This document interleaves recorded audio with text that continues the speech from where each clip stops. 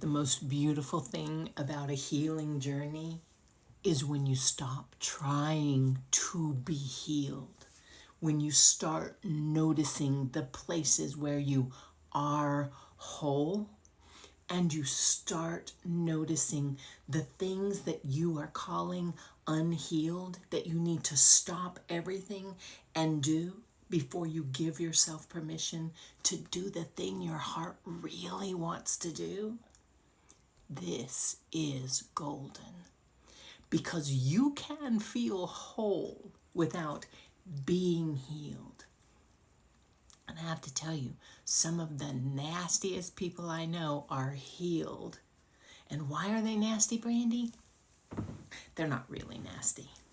But a lot of them have this air of, well, I am more healed than you are. It's really elitist. Some folks, right? But look, humans. Some folks are just going to be elitist because they're rich or they're poor, because they're this or they're that. Because human, right? So look, you seeing where you came from, seeing all these things, and then noticing, oh, when I look and I see this thing, this happens in my body. This story shows up in my mind, and they feed each other. And what you can learn how to do, actually, it's just remembering, friend. It's just remembering. You don't have to learn something that you never knew. You get to remember how to shift your focus. So, things happen. Humans say words, and it seems like they're the problem. And it seems like I need to build this wall around me because I'm a insert here. I'm an empath, I'm codependent, I'm a this thing and I'm a that thing. Those are all just team names, right? And you keep on using those names if they serve you to be the person you want to be. But notice when you're using those words to keep you huddled up, to keep you small, to make your world smaller. So you get to look at the world from inside your house of whatever you call yourself. Baby, part of the reason I was such a tender person is because of the words I used about myself, against myself, and I imagined them coming from other people.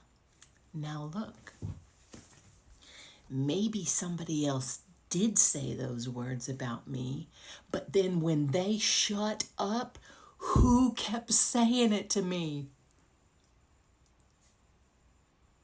But Brandy, I don't, baby. Just don't. Listen to you. Listen to you defend the part where you have taken up your oppressor's language and used it against yourself.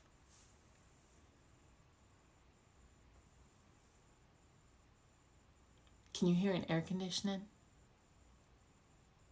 Or a truck far away? Is it raining outside? Can you spread your toes out? Do you like to eat a lemon? And then your mouth starts to water when you think about a lemon. This is you shifting your attention. When you have been a person whose attention is magnetized to the thing that you are using to terrorize yourself, it is a habit, baby. You learned this habit. Anything learned can be unlearned and something more useful learned in its place.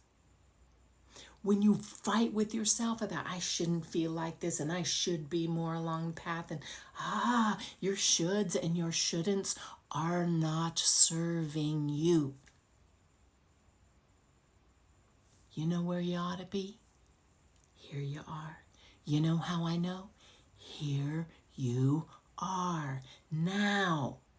If you were the person who was healed and walking in magical unicorn jizz or whatever. If you were already that person, now what would you do? What would you give yourself permission to do? The way you throw around, well, I'm a Libra, so I ... Well, so I ... These are all words you use to give yourself permission to be like you are. These are all tools that you use to give yourself permission. What if you just accepted your permission without needing to dig around in wounding?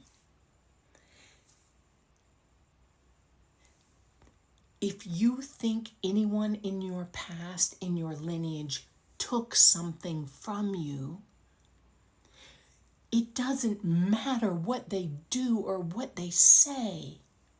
What you perceive they have taken from you, they can never give it back. Even if it is a physical object, you're going to say, but now my trust is lost.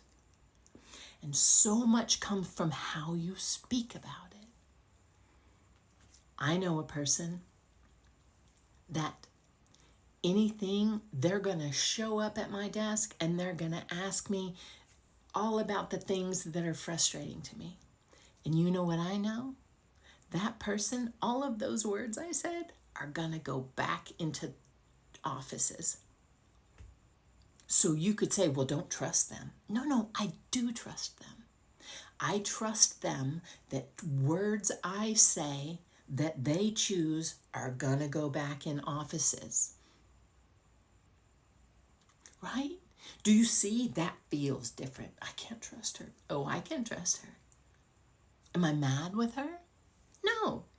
It's how she functions. I know that. Here we are. What's next? I'm madly in love with your heart. The time you spend in the swamp,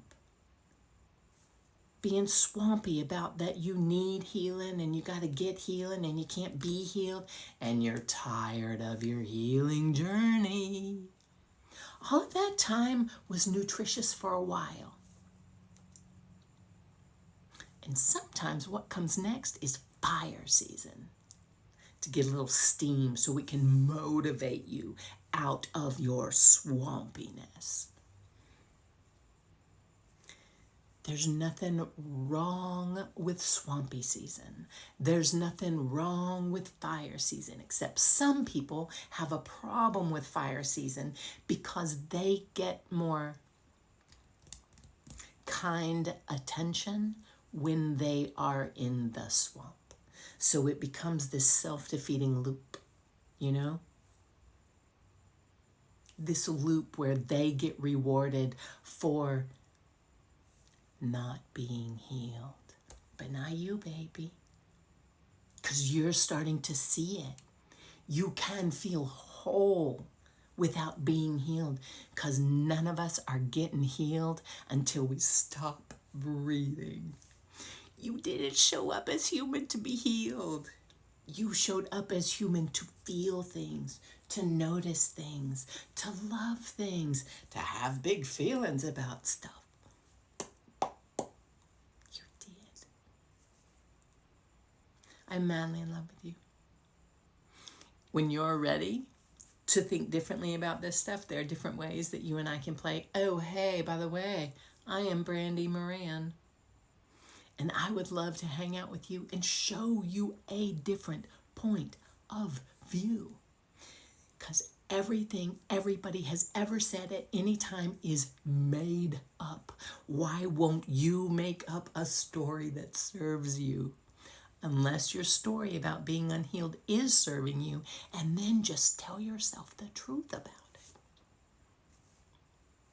You being here now.